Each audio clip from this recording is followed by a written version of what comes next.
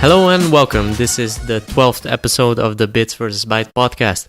I am your host, Armin Grigic, and today I have a very special guest from Picnic. This is Daniel Gebler. Have I say it correctly? Definitely. He is CTO at Picnic, and you guys are an online supermarket, or am I cutting it short there if I say online supermarket? Thanks. Great to be here. Yeah. So indeed, I'm Daniel, CTO of Picnic, and we have a very simple mission: make grocery shopping simple, fun, and affordable. Cool. So indeed, we are a supermarket as a consumer proposition, but behind the scenes, we are probably more a tech company than actually a traditional supermarket. Yeah, I think so too. So, like to start off about yourself. So, how did you get started in tech, and how did it come about to get to Picnic?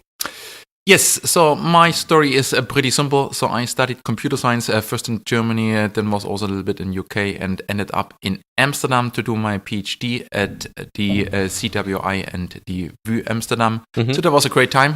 PhD in theoretical computer science, little practical applications, but a lot of fun at the university side. And then I met the founders of Picnic.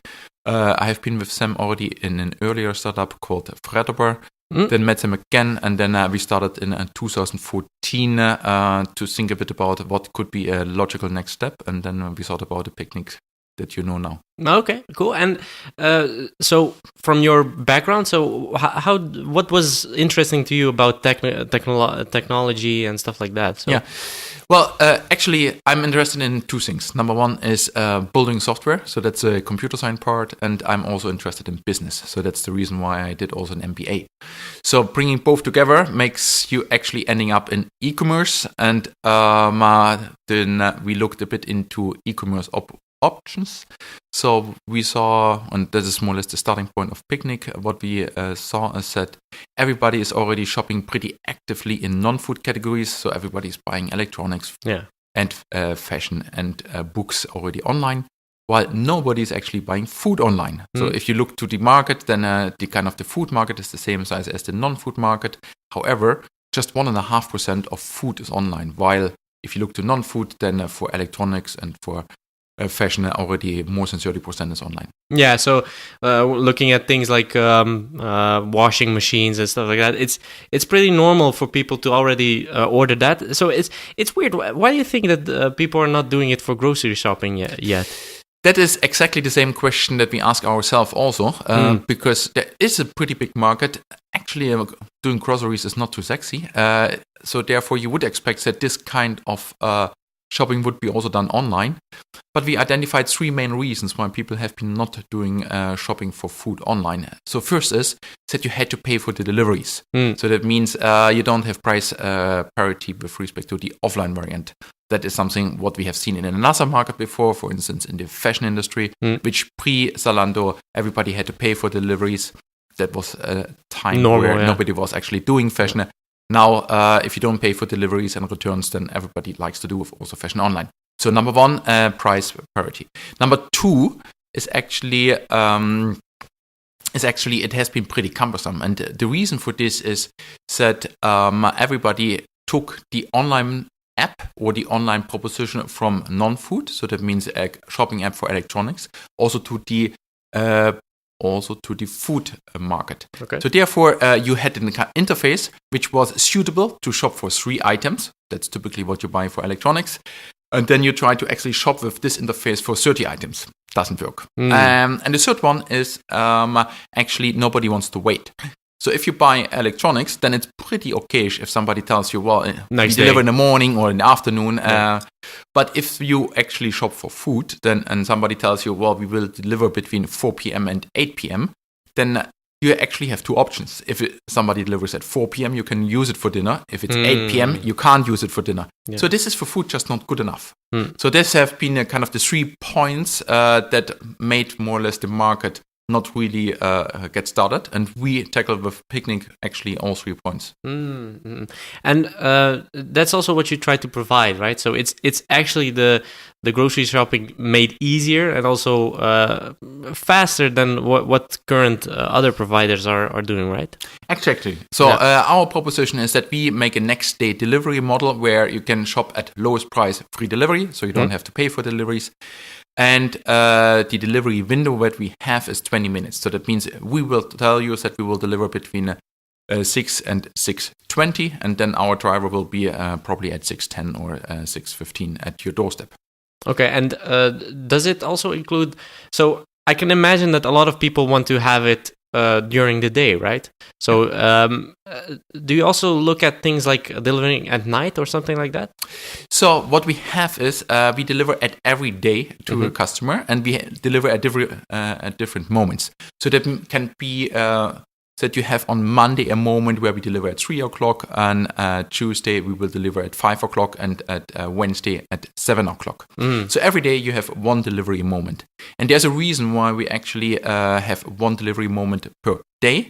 We have looked to other delivery models, and what we saw is if you have many delivery moments per day, for instance, for each customer, 10, 12, 15 delivery moments, then customers will pick very randomly the delivery moments. And then you get a distribution where you actually drive with your vehicles at 10 o'clock to the eastern part of the city. At 10:20, you will be in the western part of the city. At 10:30 in the south, and 10:40 in the north. You can't make it. So you go more like a taxi, go crisscross through the city, have very long drop times, and that makes your distribution very inefficient. That's the reason why you actually have to pay for this with this kind of delivery models. What we said is, well, let's think about how we can make this a little bit more efficient, a little bit smarter, and we actually looked back to a traditional model, which is the milkman. So the milkman in Netherlands.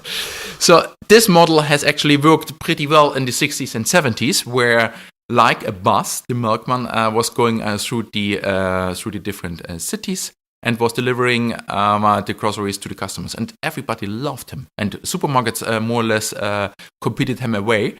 But we are re-implementing this model now with Picnic as the Milkman 2.0.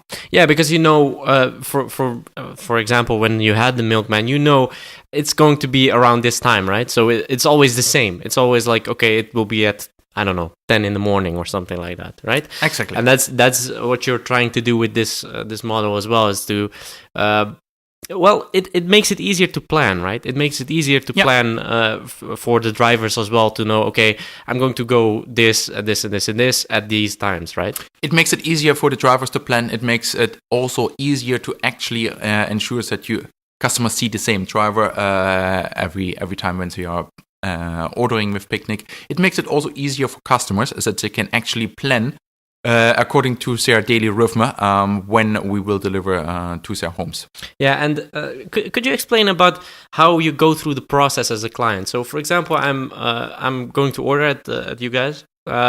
What happens after that? So, what happens if when I click OK, order? Yes. So you as a customer will place the order over a shopping app. So we have everything what you do is over a mobile app, both for iOS and Android.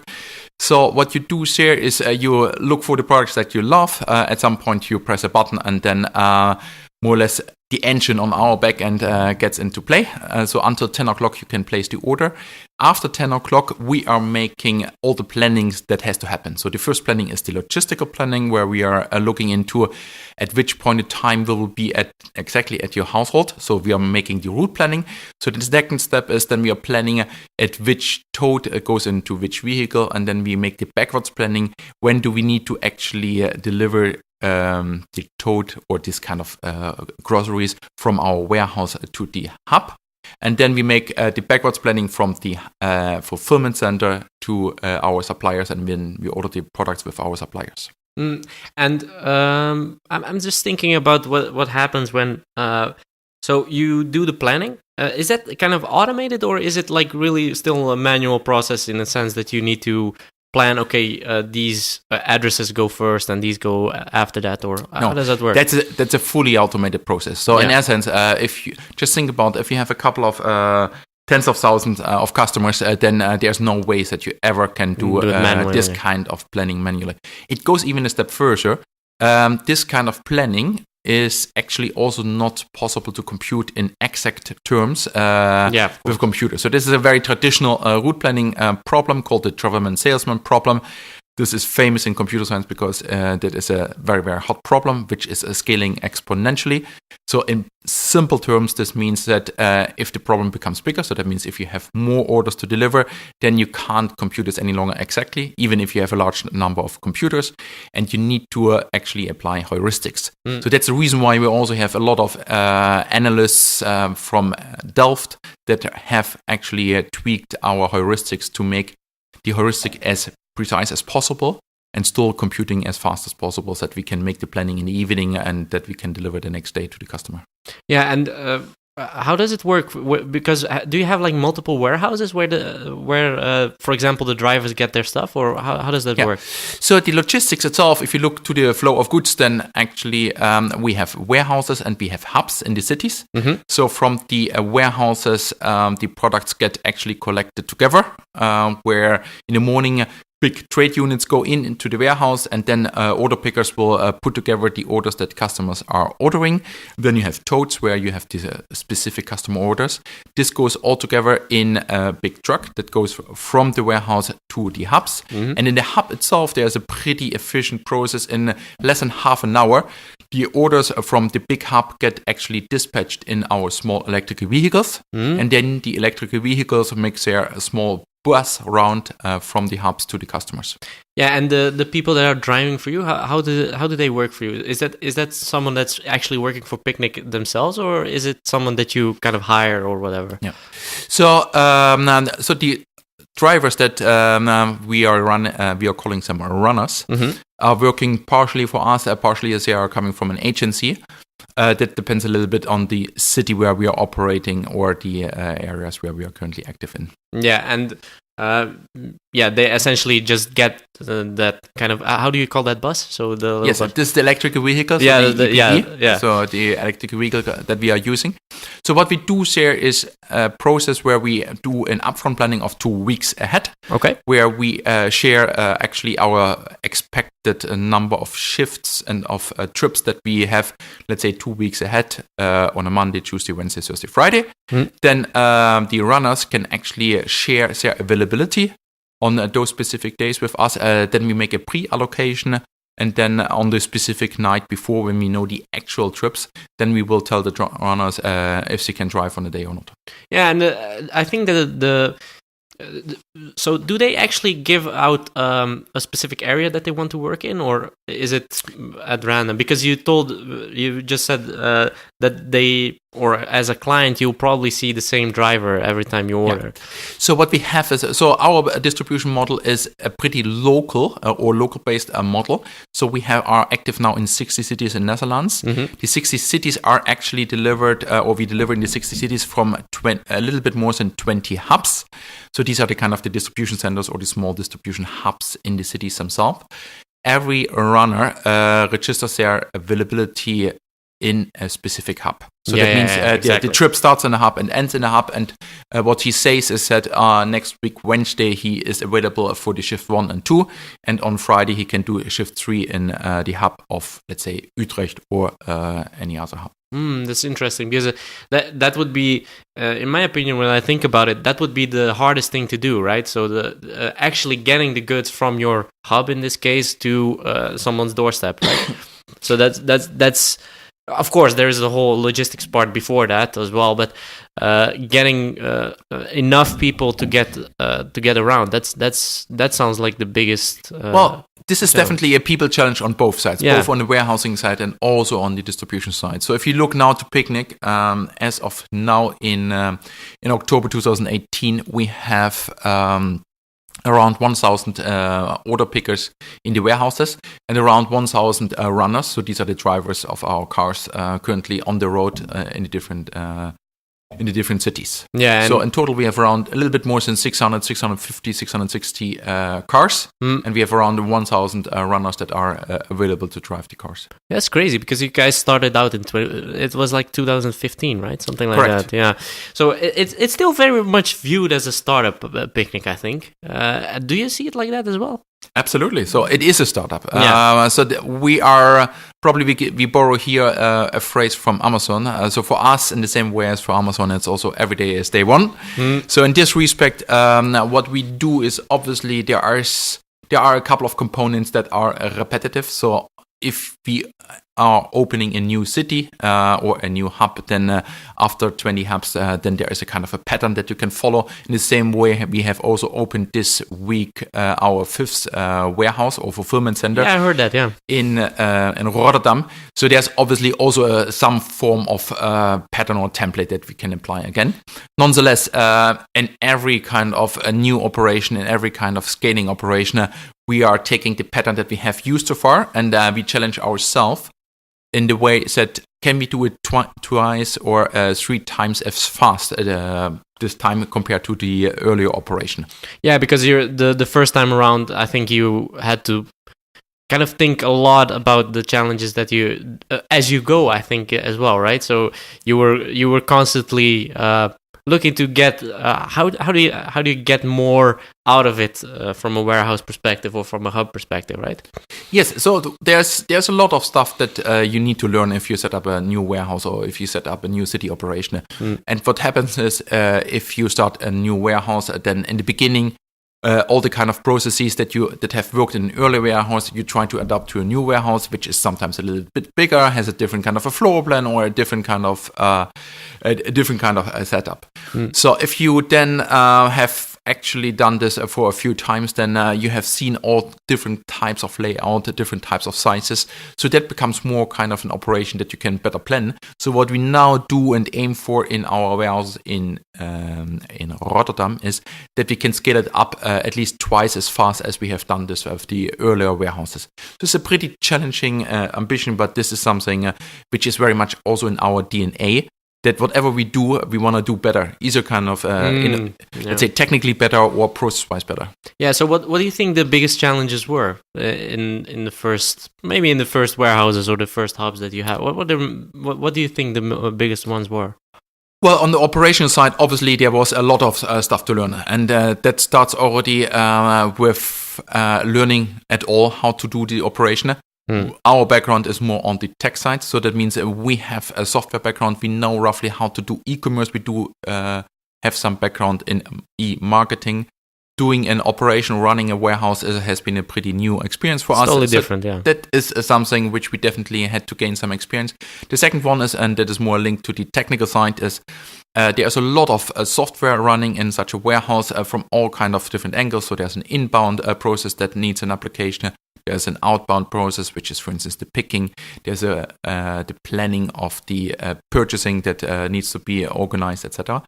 So this is something where we also didn't have too much understanding in the beginning. We have started with third-party software, but at some point, you just realize that the software has limitations to a point that you can't customize it any further. And then you insource this and then you customize it to the level there that you need it for your operation. Yeah, so you create everything in-house then, right?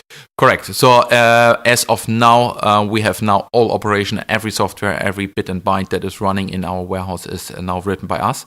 When we initially started, we had very little software running originally from our side.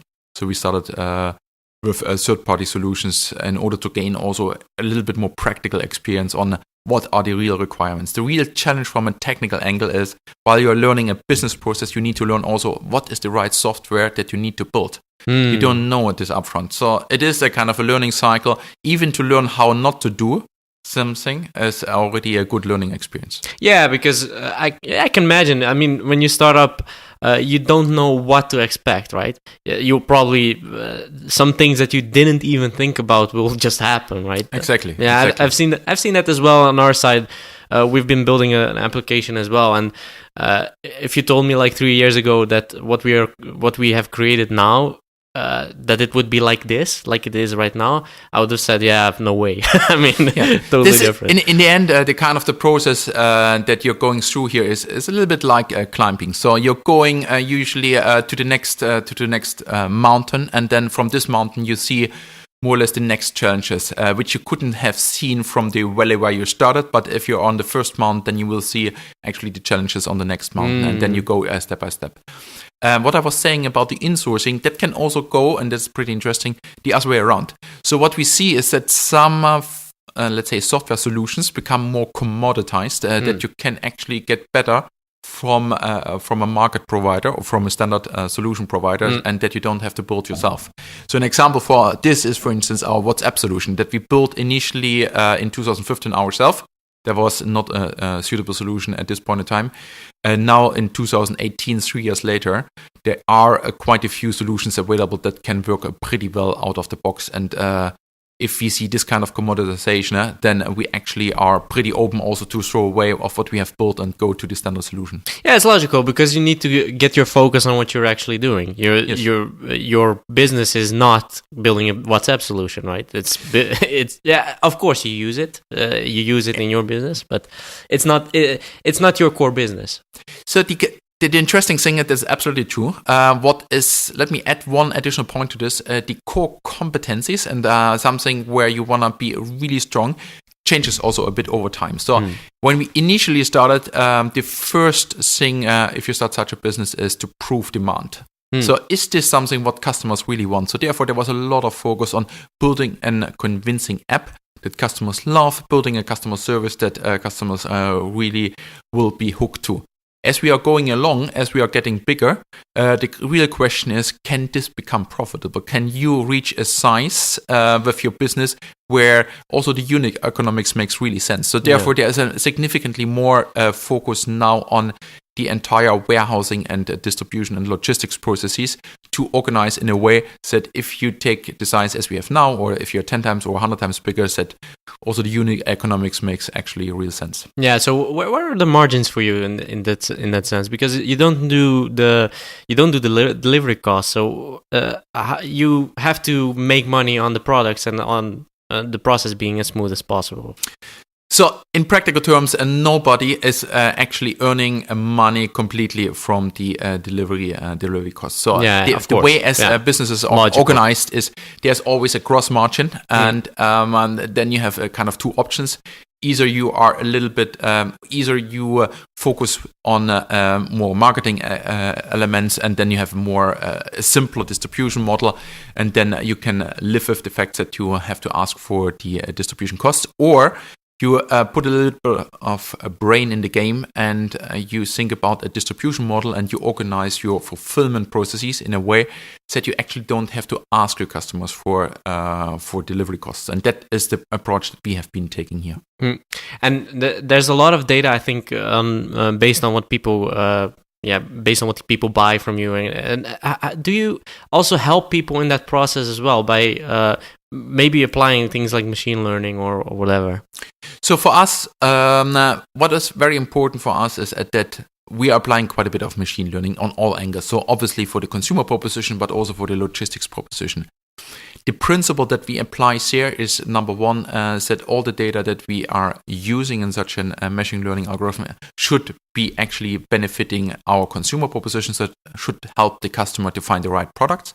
The second thing is we want actually help the customer to find as quickly as possible the products. And the reason why this is important and what we learned here is that if you can make the shopping experience easier, if you can make the shopping experience faster, then customers will actually buy more often with you. It doesn't matter really, or it's not really the case, or not immediately the case that customers will buy more, let's say a bigger basket, but they buy more often. And that is exactly the kind of habit-breaking behavior that we want to apply. And if you're talking about habit breaking here, is the biggest competition that we as a business see is not so much other online propositions, but actually the behavior that customers have been going for many, many years to a physical supermarket. So that means if you are a family, 35 years old, then you have been already going for 15, 20 years. Yeah. Let's say twice or three times per week to a physical supermarket. So the real competition or the real pattern that you need to break in such a game is that you don't go again automatically to a supermarket, but that you use the online version of the supermarket, and that's the picnic. Yeah, and that's crazy to me because you're in such a business that so everybody is so used to it. Everybody's so used to going to that store, and I think that the other, as you said, the other sectors within that e-commerce thing are already there, right? So they're already we don't usually go to an electronics store anymore to get my electronics. So if I want to buy a laptop, I'm not going to the store. I'm just going to buy it online. Right? And you buy your laptop also just twice per every other year. Yeah. So in this sense, the pattern, let's say the learned pattern or the behavior, is not that deep because you're not doing this so often. You typically go through a buying cycle where you actually look at 2 different kind of options. You're trying to comparing different options, and in this kind of comparison cycle, you also then consider an online version, or you start with the online version, and then maybe you consider also an alternative offline version. If you actually buy groceries, then what you do, and this is a big difference, is you buy week over week de facto close nearly the same products. So if you compare what you buy this week, then you buy this is roughly 80% of what you have bought also last week, independent on how hipster you are, how whatever kind of special products you're looking for. You buy very much the same products week over week. And in this kind of deeply learned behavior or pattern, that is something which you need to now transform from an let's say the traditional physical world to the online world. Yeah, and that's the most crazy thing to me is that. As I said, I can't shake the feeling that if I need food or whatever, I'll just go to the store, right? That's so logical. But on the other hand, when I think about it, if I want to order it now, when I really think about it, it's really cumbersome to go to the store. I kind of hate standing in line. Right? I mean, if there is for example, a register where you just scan it and you go out the door, I'll pick that one over standing in a line every day, right? To me, what's really interesting there is that what's actually so the mechanic is actually that you need to be able to say, okay, I need groceries, so I'm going to go to Picnic. That's actually what you want to achieve, right? Well, that is the kind of the link that you will that you build up then over time, and that is something what has happened also in other industries. If you think about, for instance, the media industry, then for a long time, if you wanted to consume media, then actually you switched on your TV. So that is a kind of a pretty standard kind of behavior that you have applied. So what then happened with Netflix is Netflix was also in the business of breaking this very traditional pattern by offering something which is significantly better. And on demand. You had obviously kind of an on-demand proposition. You had actually choice. It was that you could choose what to watch and not a TV director, etc. So that was a convincing proposition. In our case, it is indeed the convenience argument. So you don't have to stand in a line, you don't have to go yourself in a supermarket. But it is also the price component, and obviously also a kind of a component that this kind of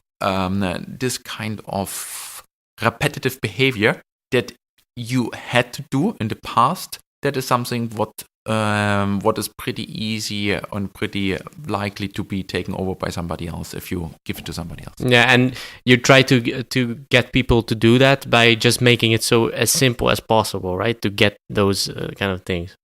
Certainly. So it has to be seamless. It has to be as simple as possible to have a really good adoption by customers. Yeah, and that is one of the points where if let's say the onboarding journey has to be as smooth as it can go. So therefore, if you're entering the shop, you should also in the beginning find the right product. So we're putting a lot of thinking also what is actually the journey that the customer should go through until he is adopting the pattern to buy online with Picnic.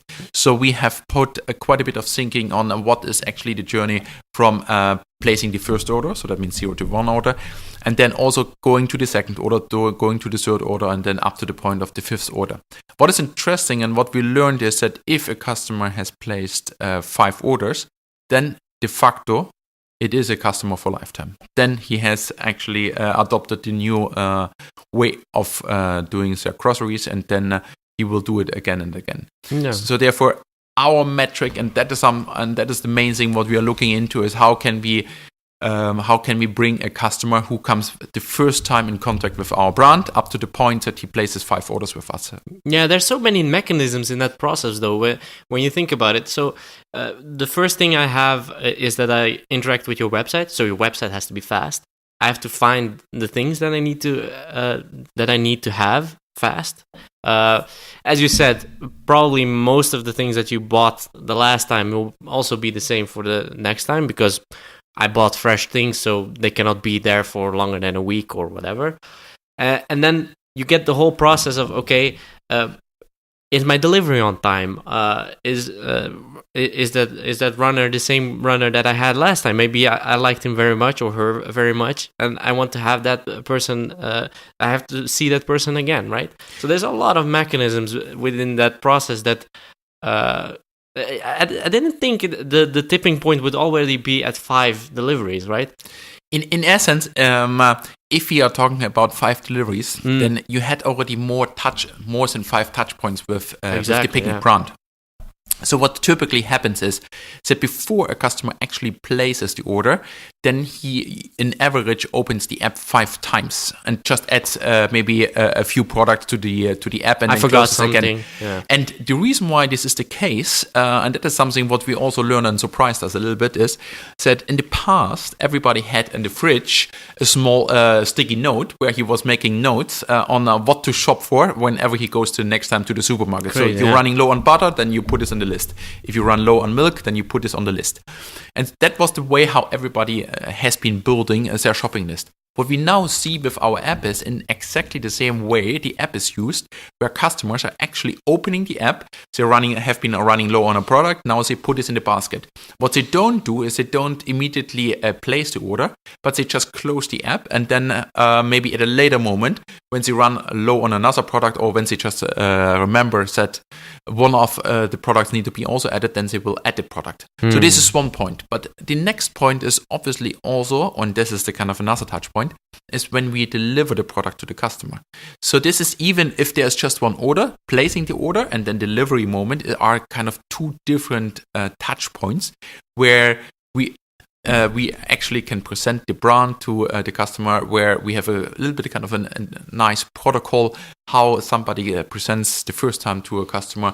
If somebody places 25 orders with the customer, then he gets a small goodie, many more things. If he is a year with us, if he is actually if all kind of moments and all kind of events are celebrated together with the customer to make him also, to celebrate that he is so long with us. So are things like voice interesting to you as well? So voice control on, for example, Alexa or Google Home and stuff like that. Is that something that's I think that could be interesting for you guys as well in the future? Because as you said, normally now someone has to get their app, they want to add the thing. So say, for example, I want to say, okay, add bananas to my picnic shopping list or something like that. Is that something that you think is interesting in the near future? Certainly. So this is something what actually we have been already working over the last 1.5 years on, where we built a prototype with Alexa to actually build up precisely this functionality.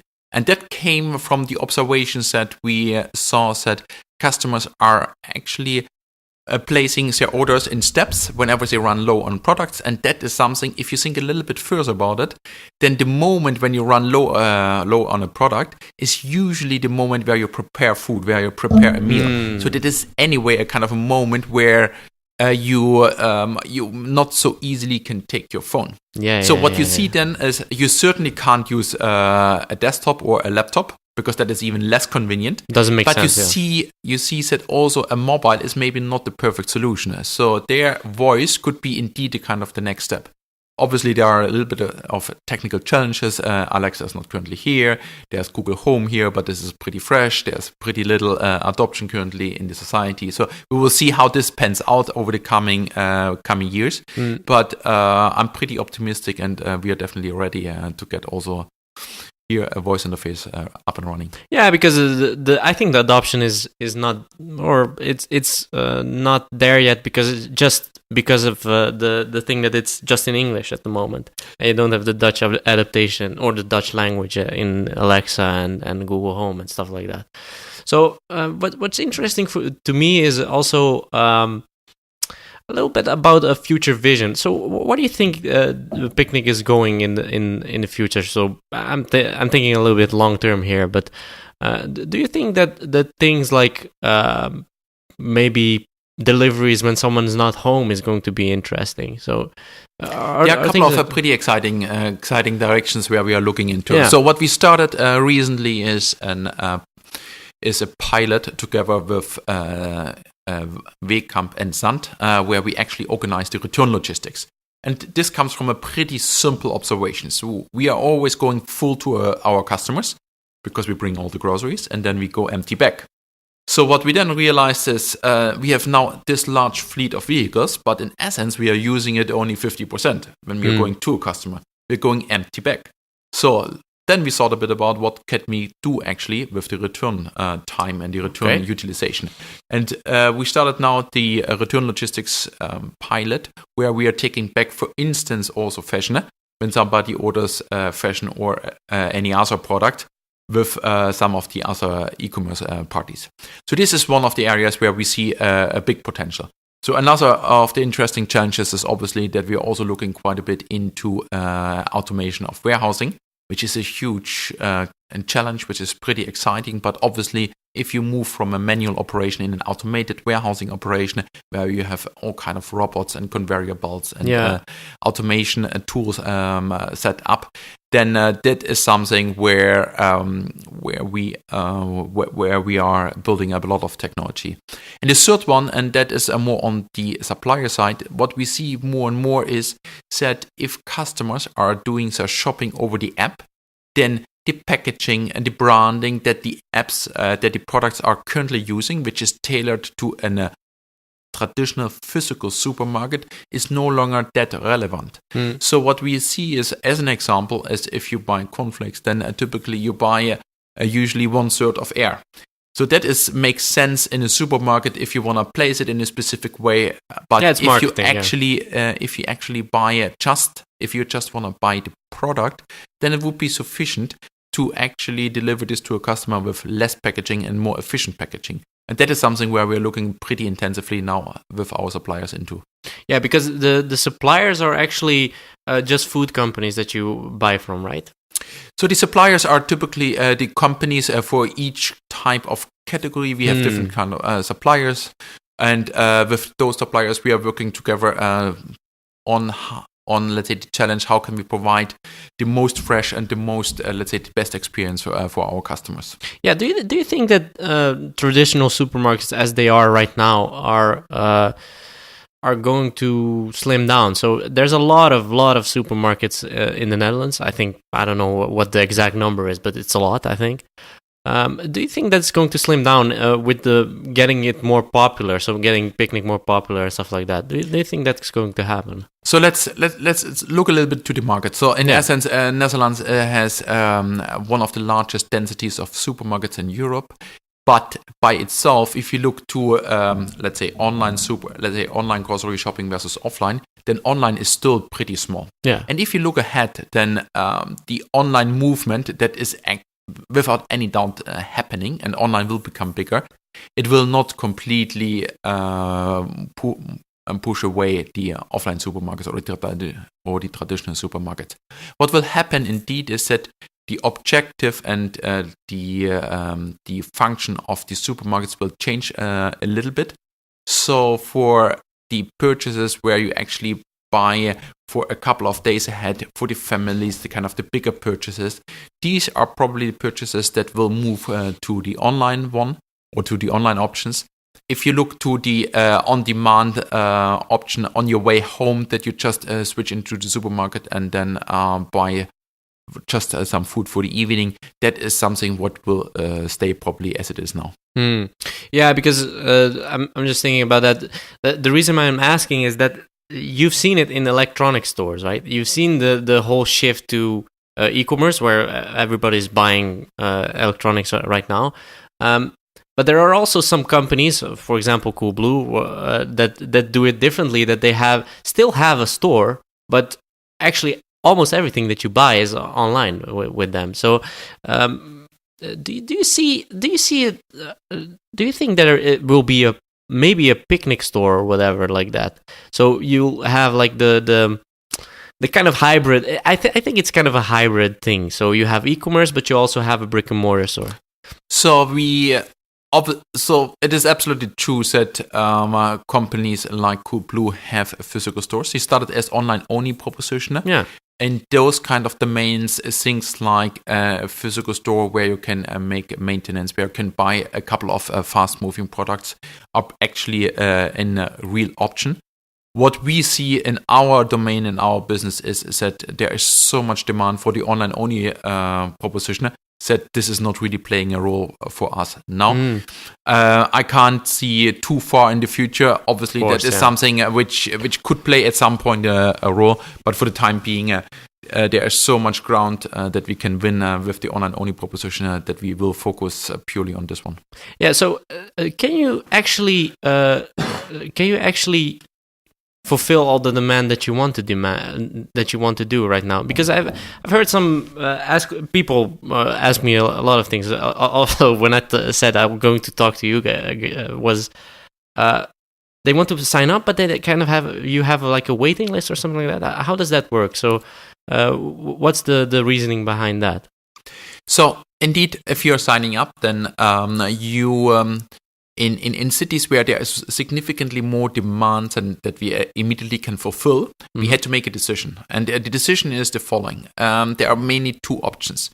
You say either the service quality and is very important. And then what you say is you just ramp up you just allow the amount of people to your store that you can actually also fulfill. So therefore you say whoever is in the store gets also a perfect service, and for the other people need to wait a little bit until we have enough capacity built up, or you go the other route where you allow more people in the store that you can actually fulfill, and then you actually need to dissatisfy those customers. That is something what we have seen in other industries and with in other retailers, and that is a kind of a model that we definitely don't want to do. So therefore, we have a very very high expectation on ourselves on how we provide our service to customers. For the customers that are in the store, for the customers that are still on the waiting list, we want to actually get them as quickly as possible in the store. So therefore, we are working pretty hard on building up a capacity.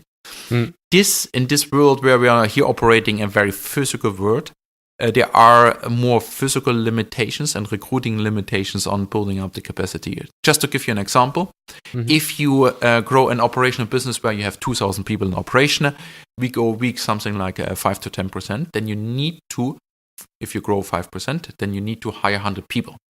So that means if you actually want to hire 100 people, then you need to have a pretty strong recruitment operation. You cannot hire much more, and that's the main reason.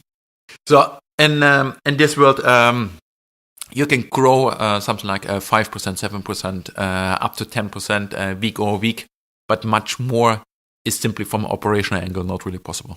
Yeah, so the problem really here is you can probably scale the technology. That's not the biggest issue. It's the people that's actually running the operation. That's the biggest problem that you guys have. So what we have is a kind of a hybrid model between a digital or an online proposition and a physical proposition. With an online proposition, you can, especially if you're using cloud providers, you can just add a couple of additional servers. Especially horizontal scaling is pretty simple. So that is something what we have set up, and that is pretty straightforward. The physical operation to scale up, you obviously need to buy cars, you need to buy scanners, you need to recruit the right amount of people. That is something which is pretty hard and pretty serious work. So for us, scaling up is more a physical game than actually a digital game. Yeah, because when you think about when we talked about the process, to me, as you explained, there's a lot of steps that you go through. And to me, I would say that the technical side was probably in most cases would be for a lot of companies the hard part, right? And not the actual people part. So I'm surprised in one end that of course the people are the problem at the end. I think it was more. I thought maybe it was more from a technical standpoint. So getting everything through, all the orders through to the warehouses, to the hubs and stuff like that. I thought it was more so that. The interesting part is that I wouldn't say that the people are the problem, but it is in essence all parts of the physical operation. Indeed, there are people involved, but there's also the physical assets that are probably the bigger limiting factors than the digital components. The reason why you don't hear this in many other cases is that in many more traditional companies, the digital limitations are bigger. And they can't move as fast, that you don't see the underlying physical limitations. So the physical limitations, if they could actually scale up their digital operation week over week 5%, then they would probably have the same physical limitations also. However, they can't scale up so fast on the digital side, and therefore you never really experience this type of limitation on the physical side. Yeah, so actually you guys are happy with the growth and you want to have that growth, but something else is limiting you to get to that full potential that you want to have, and I think that's something I always say. I always say people don't scale in that respect, right? So I can create software that can scale beautifully, and you always have the capacity that you need and stuff like that. But on the other hand, people you cannot get enough people for getting it to that level that you want to have. Well, probably the story is a little bit more differentiated, because what we did is that things like the onboarding processes, the training processes can scale pretty well. So in the beginning, obviously, you had a couple of trainers which were just showing how to do a couple of processes. Now you have trainings material. Now you have other processes that make the onboarding pretty simple. So for instance, in the recruitment side, then if you introduce digital signatures, then obviously the entire HR processes become pretty simple. Also the material handling processes. But there are actually still a couple of, let's say, challenges that are limiting the overall growth. And what we learn is that in such a kind of a pretty complex business where you have digital components and a large amount of physical components, then you need to grow your business on all ends more or less in the same speed. So which means that on the one hand, you need to grow your warehouse capacity, you need to also grow your distribution capacity, and you need to grow your customer service capacity as a kind of 3 pillars which are de facto linear related to the overall operational size. And what happens is, obviously, if one thing is not growing fast enough, then you will not be able to grow as fast as you want. But what is even more interesting is if you grow one side too fast, then you have overcapacity and you get also unhappiness on those kind of angles. So that means, for instance, if you grow the capacity in a warehouse or in another operation part too fast, then you have sufficient capacity, but you don't have the work for the people. So therefore, the people also become unhappy. So that is a game that actually requires very careful alignment between all the different components. Yeah. And do you think your model would scale to other countries as well? So do you think, for example, let's take Germany because it's X amount bigger than the Netherlands. Do you think it would work there as well? Just so Germany indeed is 6 times bigger than Netherlands. We have done already the step to Germany. So we launched in Germany earlier this year in March. So where we are now active in a couple of cities in the western part of Germany. And what we see there, and that is actually something pretty cool, is that we see a similar growth behavior, even a little bit faster than here in Netherlands, also in Germany. Obviously, there are differences, but basically the general scaling that we see on the supply chain and the fulfillment side is pretty similar. Yeah, it works the same. I thought it would be different. I thought it would be different in the sense that what you do see in the Netherlands, I don't know if you agree that, but it's the adaptation of new techniques. So the adaptation of kind of things that we do on the internet and stuff like that is in some cases a lot faster than other countries. So I didn't expect it to be the case in Germany as well. So what do you think that? Why do you think that is? Why do you think that? I agree. So certainly Dutch society is pretty open to new technologies, and that is something which in general is true. If we look to the specific customer segment of Picnic, then actually the target audience that we have is busy families, and there are many customers that have not done significant e-commerce shopping before. Yeah. So that is something which is pretty comparable to a country which is maybe not that progressive as the Netherlands, and Germany is definitely comparable in this respect to the customer base that we have here in Netherlands. Okay.